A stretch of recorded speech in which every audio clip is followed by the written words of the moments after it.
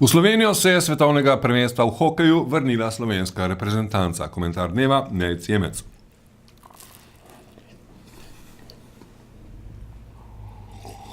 Takšnega razpleta pred prvenstvom ni bilo pričakovati. Sezona v avstrijski ligi, uspeh Olimpije, Kopitarjeva druga odlična sezona v najmočnejši ligi na svetu, vse to in še kaj je vlivalo optimizem.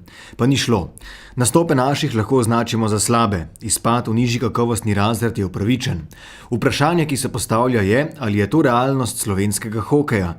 Težava na prvenstvu niso bili porazi proti izrazito močnejšim reprezentancam Kanade, ZDA in tudi Slovaške. To so ekipe, ki se jim lahko kvečjemu solidno upiramo. Tekme z njimi so odličen poligon za nabiranje izkušenj, sicer pa za čimprejšnjo pozabo. Naše priložnosti bodo še naprej reprezentance, kot so Francija, Italija, Norveška in Latvija.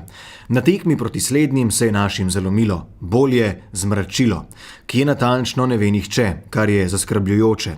Kdor je po noči zdržal ob gledanju risov v boju proti Latvijcem, je hokejski fanatik, ki je lahko nad videnim upravičeno razočaran. Igra brez sistema, premalo drsanja, težave pri podajah, premalo priložnosti, preveč izključitev, nezbranost ob zaključku in še bi lahko naštevali pomanjkljivosti naših. Robert Kristan, naš najboljši mož v Halifaxu, je po enem izmed porazov poklepano razglabljal, da je to očitno realnost slovenskega hokeja.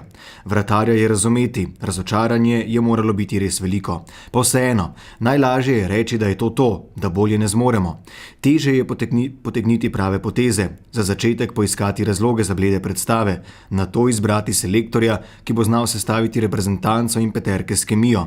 Težko bo vrhokrovne organizacije po vseh teh letih sprenevedan dopovedati, da si igralci pred prvenstvom zaslužijo urejene pogoje za delo, mir v garderobi. Težko se bo že prihodnje leto vrniti med elito, si pa to zaslužijo navijači, kajti to prvenstvo ni pokazalo realnih zmožnosti naših. In ja, lahko je biti po bitki general.